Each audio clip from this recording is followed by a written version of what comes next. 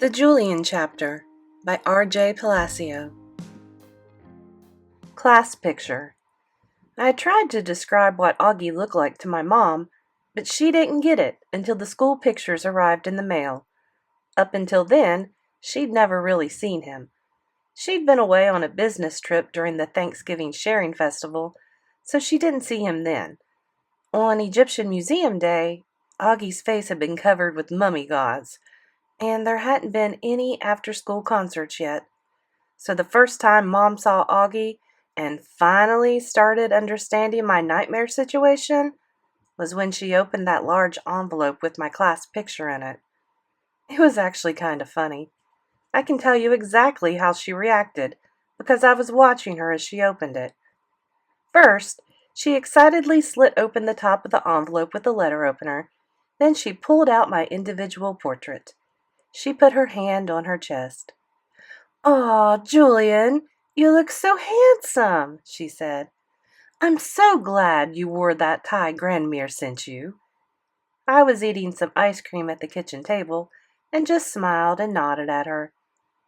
Then I watched her take the class picture out of the envelope.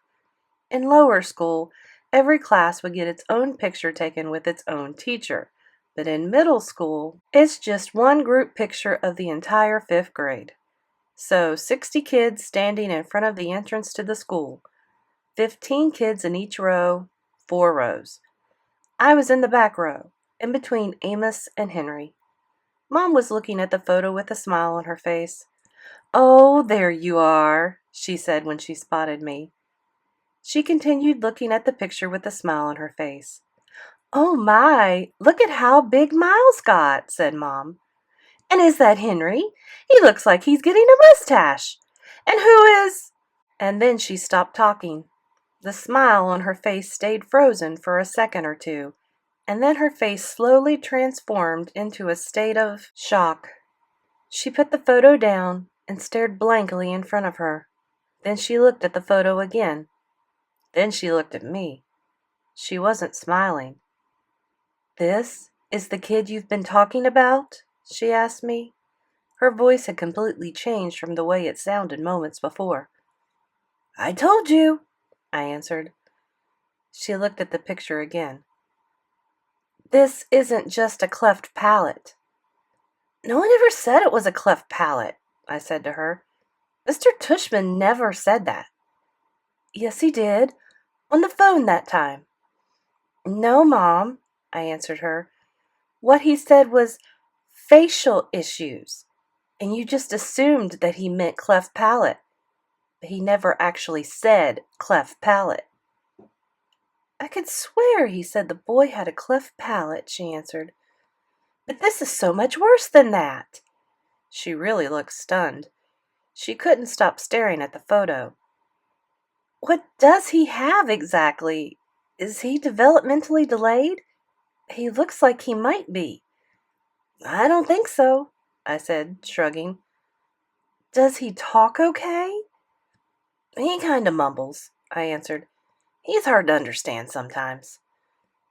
Mom put the picture down on the table and sat down. She started tapping her fingers on the table. "I'm trying to think of who his mother is," she said, shaking her head.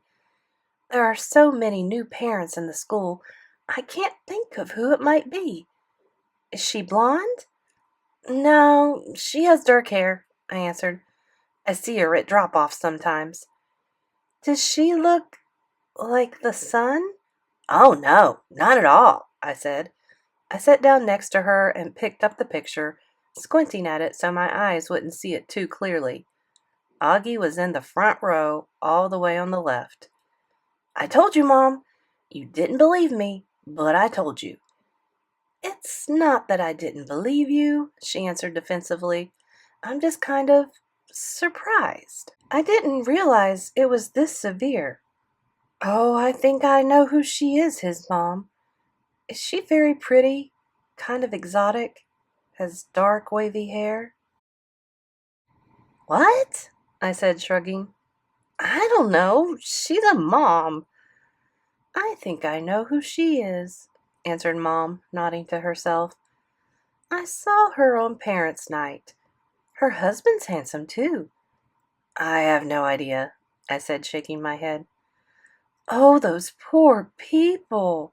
She put her hand over her heart. Now you get why I've been having nightmares again? I asked her. She ran her hands through my hair. But are you still having nightmares? She asked. Yes.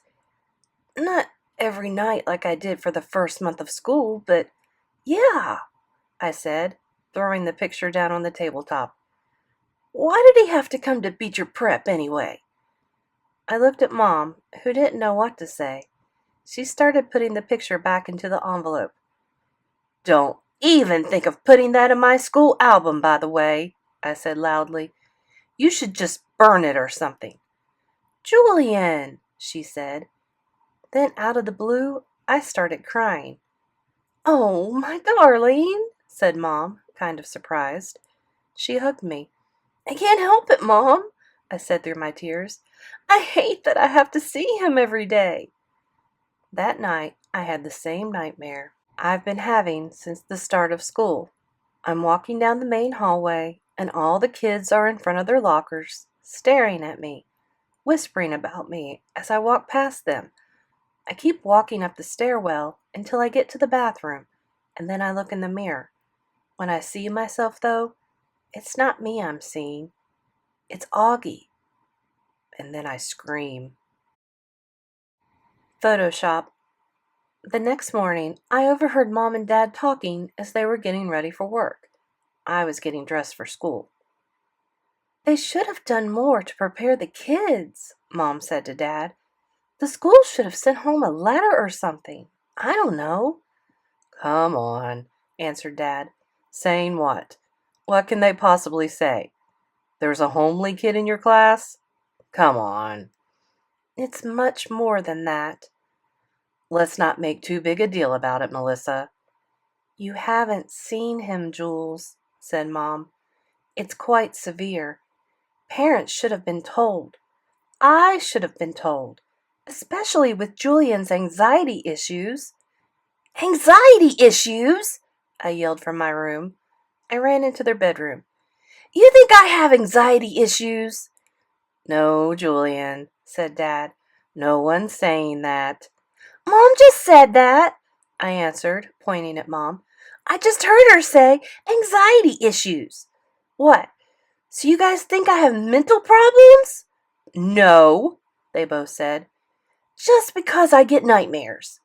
No, they yelled. It's not my fault he goes to my school, I cried. It's not my fault his face freaks me out. Of course it's not, darling, said Mom. No one is saying that. All I meant is that because of your history of nightmares, the school should have alerted me. Then at least I would have known better about the nightmares you're having. I would have known what triggered them. I sat down on the edge of their bed. Dad had the class picture in his hands and had obviously just been looking at it. I hope you're planning on burning that, I said. And I wasn't joking. No, darling, said Mom, sitting on the other side of me. We don't need to burn anything. Look what I've done. She picked up a different photo from the nightstand and handed it to me to look at. At first, I thought it was just another copy of that class picture, because it was exactly the same size as the class picture Dad had in his hands, and everything in it was exactly the same. I started to look away in disgust, but Mom pointed to a place on the photo, the place where Auggie used to be. He was nowhere in the photo. I couldn't believe it. There was no trace of him. I looked up at Mom, who was beaming. The magic of Photoshop, she said happily, clapping her hands.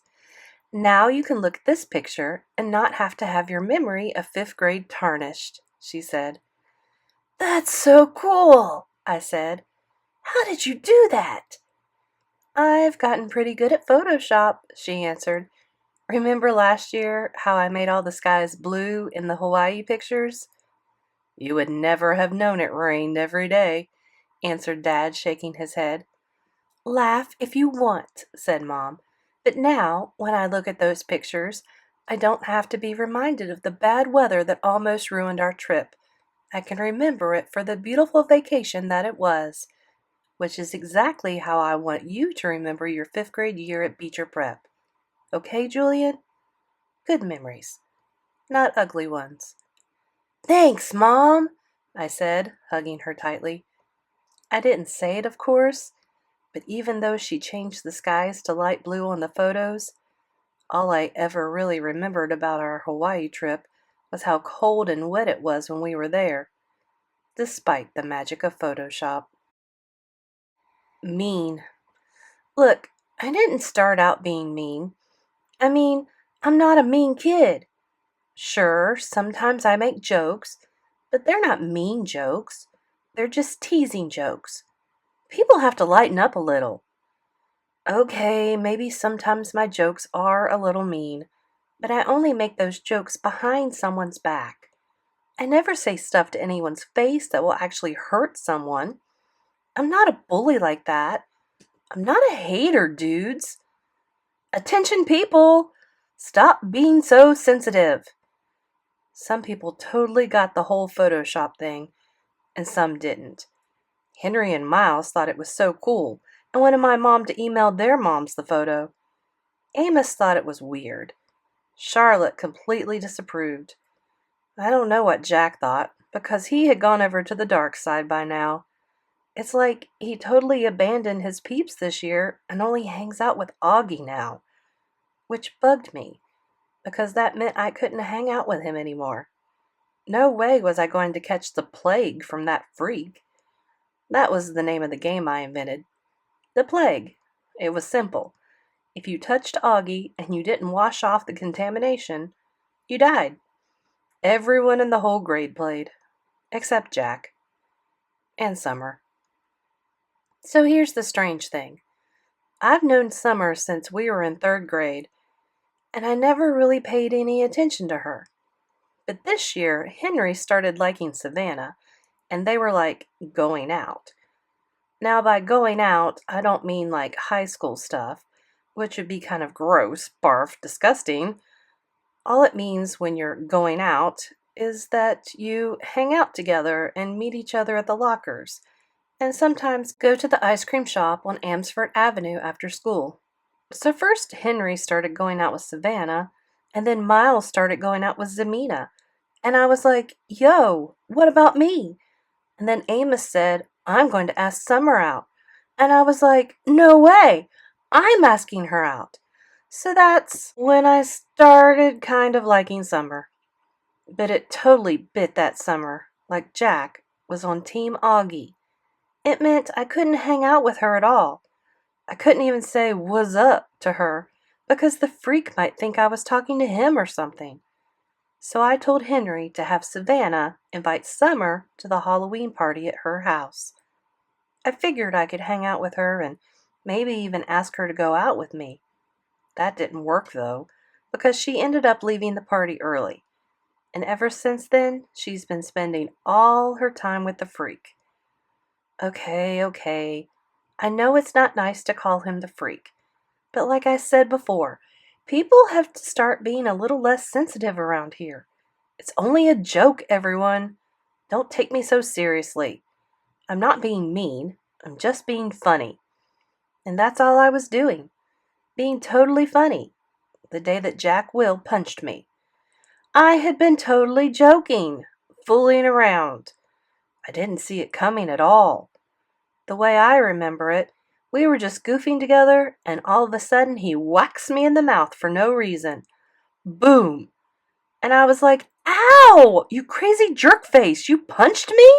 You actually punched me? And the next thing I knew, I'm in Nurse Molly's office, holding one of my teeth in my hand, and Mr. Tushman is there, and I hear him on the phone with my mom, saying they're taking me to the hospital. I could hear my mom screaming on the other end of the line. Then Miss Rubin, the dean, is leading me into the back of an ambulance, and we're on the way to a hospital. Crazy stuff. When we were riding in the ambulance, Miss Rubin asked me if I knew why Jack hit me. I was like, duh, because he's totally insane. Not that I could talk much, because my lips were swollen and there was blood all over my mouth. Miss Rubin stayed with me in the hospital until Mom showed up. Mom was more than a little hysterical, as you can imagine. She was crying kind of dramatically every time she saw my face. It was, I have to admit, a little embarrassing. Then Dad showed up. "Who did this?" was the first thing he said, shouting at Miss Rubin. "Jack will," answered Miss Rubin calmly. "He's with Mr. Tushman." "Jack will?" cried Mom in shock. "We know the Wills. How could that happen?" "There will be a thorough investigation," answered Miss Rubin. "Right now, what's most important is that Julian's going to be fine." "Fine?" yelled Mom. "Look at his face! Do you think that's fine? I don't think that's fine. This is outrageous. What kind of school is this? I thought kids didn't punch each other at school like Beecher Prep.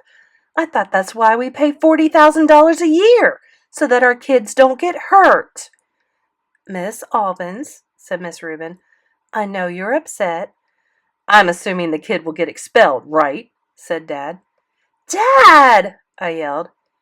"We will definitely deal with this matter in the appropriate way, I promise," answered Miss Rubin, trying to keep her voice calm.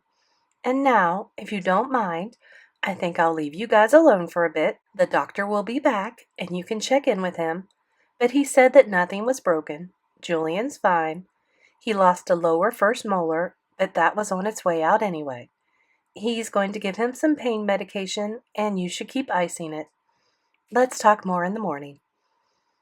It was only then that I realized that poor Miss Rubin's blouse and skirt were completely covered in my blood.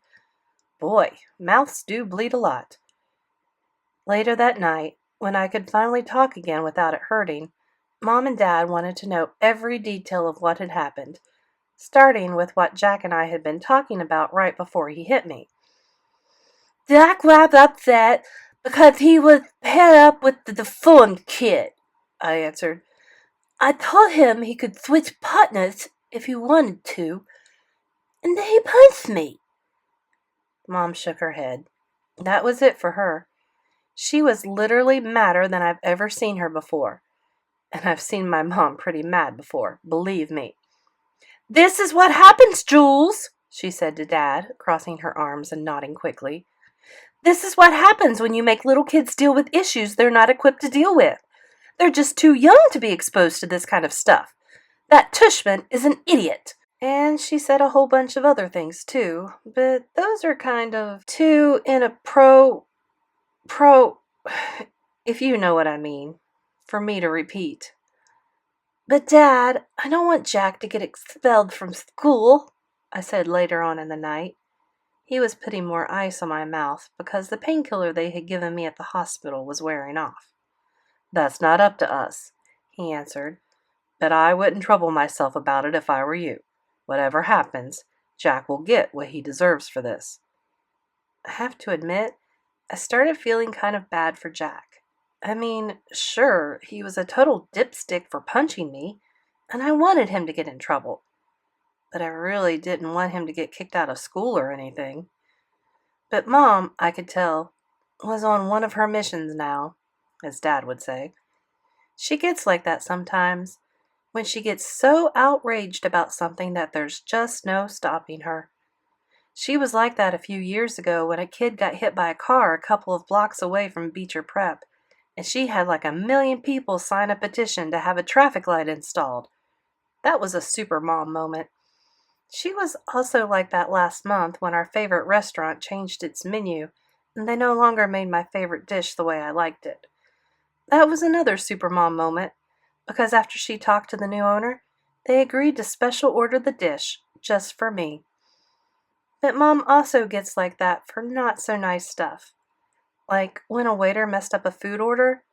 That's a not so super mom moment because, well, it can get kind of weird when your mom starts talking to a waiter like he's 5 years old. Awkward. Also, like Dad says, you don't want to get a waiter mad at you, They have your food in their hands. Duh. So I wasn't totally clear on how I felt, when I realized that my mom was declaring war on Mr. Tushman, Augie Pullman, and all of Beecher Prep. Was it going to be a supermom moment or a not-so-supermom moment? Like, would it end up with Augie going to a different school? Yay! Or with Mr. Tushman blowing his nose in my cafeteria food? Ugh! Party. It took about 2 weeks for the swelling to go completely down. Because of that, we ended up not going to Paris over winter break. Mom didn't want our relatives to see me looking like I'd been in a prize fight. She also wouldn't take any pictures of me over the holidays because she said she didn't want to remember me looking like that. For our annual Christmas card, we used one of the rejects from last year's photo shoot. Even though I wasn't having a lot of nightmares anymore, the fact that I had started having nightmares again really worried Mom. I could tell she was totally stressed out about it. Then the day before our Christmas party, she found out from one of the other moms that Augie had not been through the same kind of admission screening that the rest of us had been. See, every kid who applies to Beecher Prep is supposed to be interviewed and take a test at the school. But some kind of exception had been made for Augie. He didn't come to the school for the interview, and he got to take the admissions test at home. Mom thought that was really unfair. "This kid should not have gotten into the school," I heard her telling a group of other moms at the party. "Beecher Prep is just not set up to handle situations like this. We're not an inclusion school. We don't have the psychologists needed to deal with how it affects the other kids. Poor Julian had nightmares for a whole month." Ugh, Mom. I hate your telling people about my nightmares. "Henry was upset as well," Henry's mom said, and the other moms nodded. "They didn't even prepare us beforehand," Mom went on. "That's what gets me the most. If they're not going to provide additional psychological support, at least warn the parents ahead of time." "Absolutely," said Miles's mom, and the other moms nodded again. "Obviously, Jack Will could have used some therapy," Mom said, rolling her eyes. "I was surprised they didn't expel him," said Henry's mom. "Oh, they would have," answered Mom. "But we asked them not to. We've known the Will family since kindergarten. They're good people. We don't blame Jack, really. I think he just cracked under the pressure of having to be this kid's caretaker. That's what happens when you put little kids into these kinds of situations. I honestly don't know what Tushman was thinking." "I'm sorry, I just have to step in here," said another mom. I think it was Charlotte's mom, because she had the same bright blonde hair and big blue eyes. "It's not like there's anything wrong with this kid, Melissa. He's a great kid who just happens to look different. But—" "Oh, I know," Mom answered, and she put her hand over her heart. "Oh, Bridget, no one's saying he's not a great kid. Believe me, I'm sure he is. And I hear the parents are lovely people. That's not the issue. To me, ultimately, the simple fact of the matter is that Tushman didn't follow protocol. He flagrantly disregarded the applications process by not having the boy come to Beecher Prep for the interview, or take the test like every one of our kids did. He broke the rules. And rules are rules. That's it." Mom made a sad face at Bridget. "Oh, dear Bridget, I can see you totally disapprove." "No, Melissa, not at all," Charlotte's mom said, shaking her head. "It's a tough situation all around. Look, the fact is, your son got punched in the face. You have every right to feel angry and demand some answers." "Thank you," Mom nodded and crossed her arms. "I just think the whole thing's been handled terribly, that's all. And I blame Tushman. Completely." "Absolutely," said Henry's mom. "He's got to go," agreed Miles's mom. I looked at Mom, surrounded by nodding moms, and I thought, okay, so maybe this is going to turn out to be one of those really super mom moments. Maybe everything she was doing would make it so that Augie ended up going to a different school. And then things could go back to the way it used to be at Beecher Prep. That would be so awesome. But a part of me was thinking, maybe this is going to turn into a not-so-supermom moment. I mean, some of the stuff she was saying sounded kind of, I don't know, kind of harsh, I guess. It's like when she gets mad at a waiter, you end up feeling sorry for the waiter. The thing is, I know she's on this anti-Tushman mission because of me. If I hadn't started getting nightmares again, and if Jack hadn't punched me, none of this would be happening. She wouldn't be making a big deal about Auggie or Tushman, and she'd be concentrating all her time and energy on good stuff, like raising money for the school and volunteering at the homeless shelter. Mom does good stuff like that all the time. So I don't know. On the one hand, I'm happy she's trying to help me. And on the other hand, I would love for her to stop. Team Julian. The thing that annoyed me the most when we got back from winter break was that Jack had gone back to being friends with Auggie again. They had had some kind of fight after Halloween, which is why Jack and I started being bros again. But after winter break was over, they were best buds again. It was so lame. I told everyone we really needed to ice Jack out for his own good. He had to choose, once and for all, whether he wanted to be on Team Auggie or Team Julian and the rest of the world. So we started completely ignoring Jack, not talking to him, not answering his questions. It was like he didn't exist. That'll show him. And that's when I started leaving my little notes. One day, someone had left some post-it notes on one of the benches in the yard, which is what gave me the idea.